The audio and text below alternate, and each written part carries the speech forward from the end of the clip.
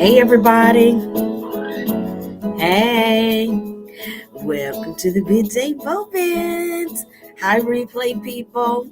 Everybody on replay, I heart you as we give a moment for live people to join us. I heart each and every one of you. Welcome to the Midday Moment. Listen, if this is your first time joining us, I'm your host, Dr. Davina Jones, and I welcome you. The Midday Moment is the place where we expect great things. Not because we ignore the questions of our day, not because we ignore the challenges of our day. We expect great things because we recognize that we're fully human and fully divine. In our fully human selves, we got stuffs. In our fully divine selves, we got the answers to the stuffs. So the Midday Moment is designed to make sure you are tapping into your divine. You got that? And we're not by ourselves. We are part of a larger network called Kingdom, and we've got a full menu of Kingdom inspirations. It includes the daily download with Dr. Pulley, Facebook Live. It includes phone line, the power of prayer and praise. That's right. You can call in. So if you're not a big techie, you can call in. And we put the commercials here on our Midday Moment Facebook page. So if you're on YouTube, the commercials are on the Facebook page. So we'll continue to get fancy with our technology and spread the word. We also have Illuminaries by Elder Ronaldo Casares and A Night to Review by Elder Desmond Kenneth Butler Jr. We got a menu, y'all. Okay, come on. It's time for the Midday Moment. It's time for the Midday Moment. It's time for the Midday Moment. Oh, it's time. I'm expecting great things, creating, and I'm creating great things and receiving, and I'm receiving great things. I'm receiving great things. Yes, create, expect it, receive it, put it all in there. In my life, yeah, I'm expecting great things in my home. Oh, I'm expecting great things, yeah, all around me. I'm expecting great things. Eyes may not see, but I choose to believe. You may not see, but I choose to believe. They may not see, but I choose to believe. Sometimes I may not see, but I choose to believe. I believe in great things. Hey. All right, everybody, say thank you, theme song. That is Priscilla Hilliard, Great Things. A young lady by the name of Corinth Parker introduced me to that song about 3 or 4 years ago before the pandemic. And it ministered to me immediately and profoundly. And so I started it as my theme song at some point after the Midday Moment became a thing. And I've invited folks to vote the past 2 years, I think, on a new theme song, and the vote stands. We kept our theme song, so I was open, willing and able, but the vote came in, and so we kept the theme song. There we have it. Okay, so now, honey bunny, honey bun, honey bun, honey bun, honey bun. This has been sweet to my soul. Honey bun, honey bun. All right, honey. So listen, we are in week 2 of our new book. We're on day 6, dealing with the W, dealing with that two-faced you, the two-tongued you, okay?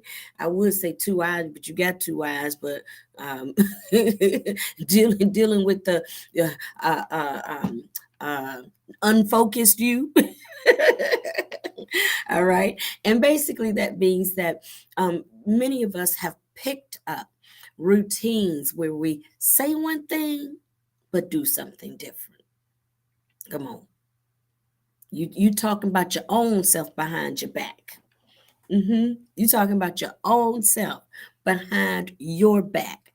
Because in your face, you said, oh, I believe. But then behind your back, you said, ain't no way.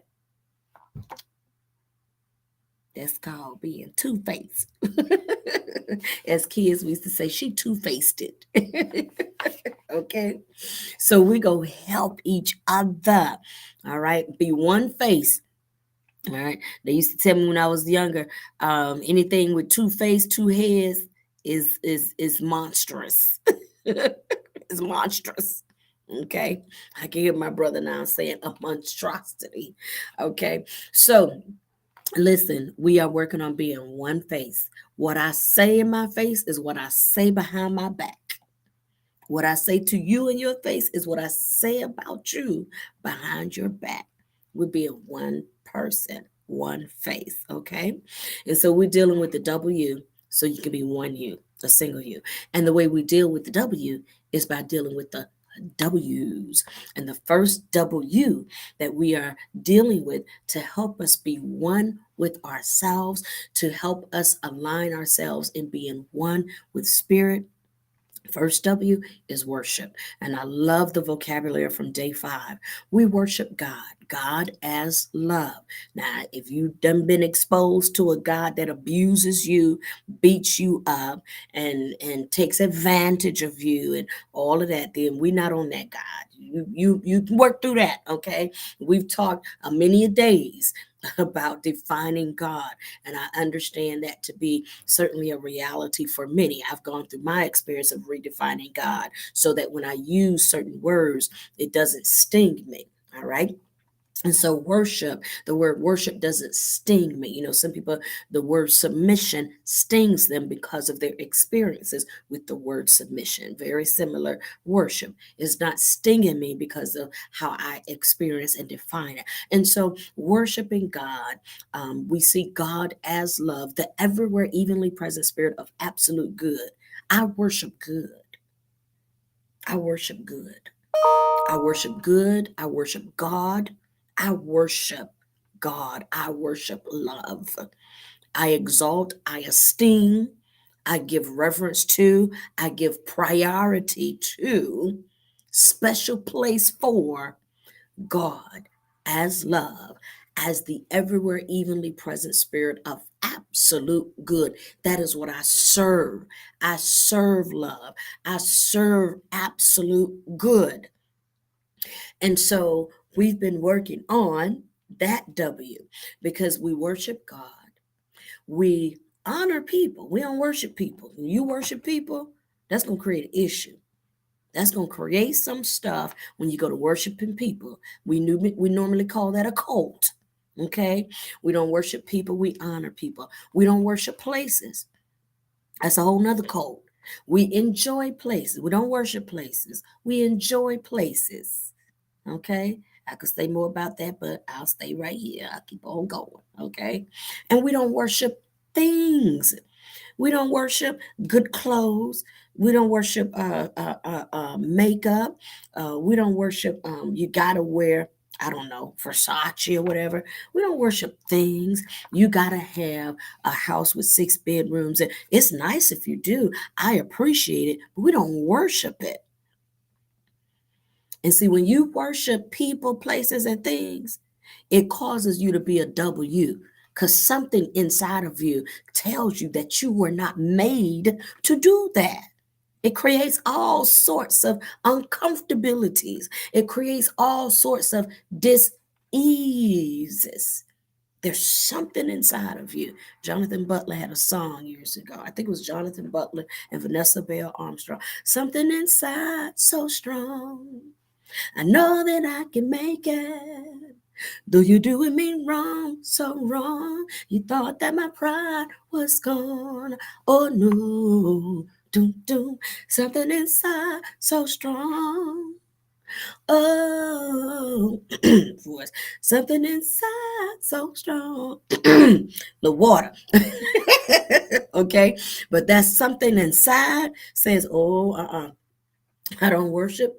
It's something telling me, you was doing me wrong. But see, I let it because I was worshiping people, places, and things. So we don't worship people, we honor people. We enjoy places and we appreciate things. What I worship is spirit, the spirit of absolute good. That's what I worship. That's what I exalt. Okay. Now that was from day 5, but it's still on me, so I had to go there. Now, actually, that was the introduction coming into day 5. Day 5 said that not only do I worship, but I worship even in the wilderness when things seem to be absolutely and profoundly against me.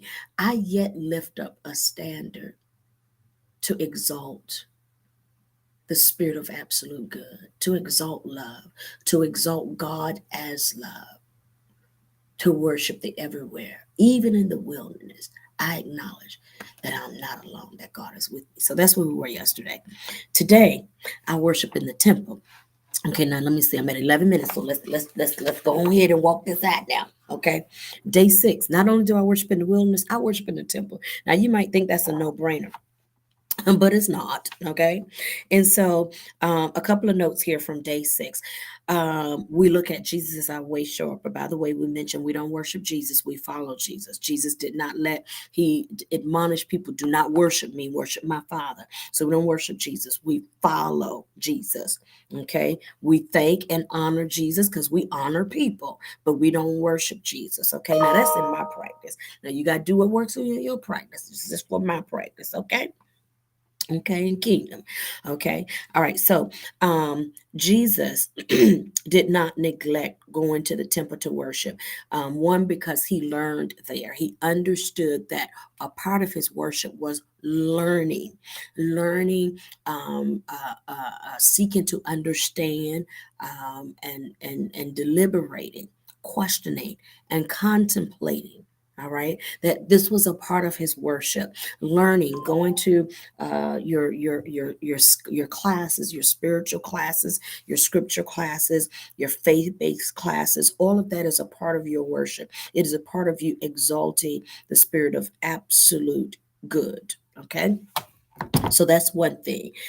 We worship in the temple because we know that learning, that's what Jesus went when he sat with the leaders and talked to them. Learning is a part of your worship. Now, here's something else. Now this is me. This is telling on my history here.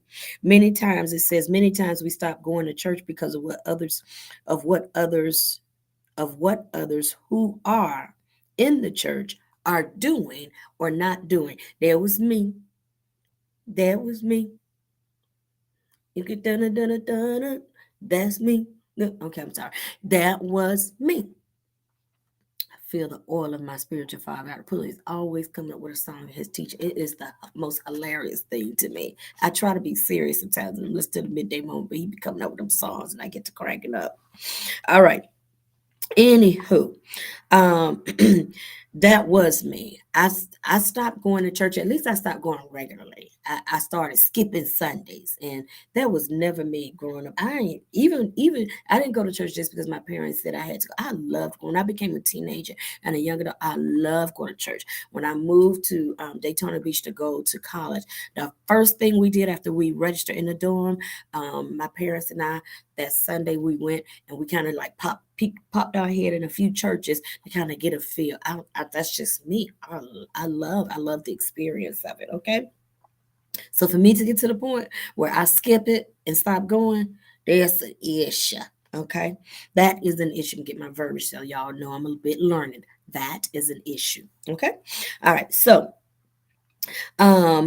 what we are encouraged to do, however, instead of stop going, We are encouraged to do what Jesus did because Jesus didn't stop going. When Jesus saw unrighteousness, he spoke out about it. So we are encouraged that a part of our worship is to also speak out about what is not um, worship, what is not aligned with the exaltation of love and absolute good. And so we are encouraged to speak out about it. You have to kind of study that given the situation you're in and where you are.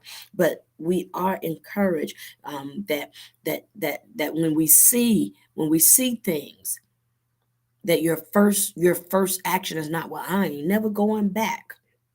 What are you going to, and here it is here. What are you going to do about it? You can speak out about it, and there is there is something for us to do about it. And so in the reading, it reminds us of how Jesus flipped over them tables. Jesus flipped over them tables and say, y'all got to clean this up. Now, I'm not encouraging you that you walk into all your churches in the neighborhood and flip over their tables. You can go to jail for that, all right? But it is possible for you to look for life application in this. What can you do to advocate and and take a stand for right consciousness, for righteousness? What can you do? All of that is a part of your worship, okay? So, day 5, we worship in the wilderness. Day 6, we worship in the temple. And worship in the temple means I am not going to let anybody no longer stop me. I'm not going to be stopped from the worship experience in the temple because of other people in the temple. We're just going to have to be up in there together, and I'm going to take a stand. But I'm no longer quitting because of other people. Okay? We're going to have to get up in here and work this out together. Come, let us reason together, said the Lord. All right? Okay, I pray that you are encouraged. All right? I pray that you are encouraged today to make some choices, to make some decisions that serve you in a better way, that allow you, that assist you to manifest more of the God that you already are. Yes, John tells us, don't you know that ye are gods? It's a little g, but it's in there. All right. So that you can manifest more of the peace that you already are, more of the joy that you already are. All right. More of the light that you already are. I came that you might have life and that more abundantly. That's you. That's me. That's us. That's what's in this for us. That's a part of the promise. And in doing so, we become light. We manifest light. Ye are the light of the world. We manifest our light and we usher more people into an opportunity to have life and have life more abundantly. All right. Take care, everybody. I love you. I bless you. Thank you so much for being with me. Powering off. Thank you, dear. Thank you so much for being with me during my work break. Okay. I take a break to do the midday moment because it's a part of my soul's unfoldment. It feeds me, it holds me accountable to making sure that I give priority to my spiritual practice, that I give priority to my worship and my prayer life, my study life, my testimony, my witnessing, my sharing, my thanksgiving, my stillness and my movement, my sound and my silence.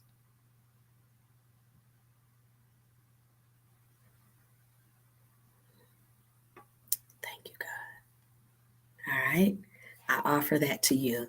Thank you, everybody. Take care and God bless you. Thank you so much for being with me. I appreciate your comments. I appreciate your kind words. I appreciate your offerings, your donations that encourage me and support me. Don't be stingy. Like and share this, share with other people. All right. So that they can be blessed and they can be inspired too. All right. Take care, everybody. God bless you and God be you.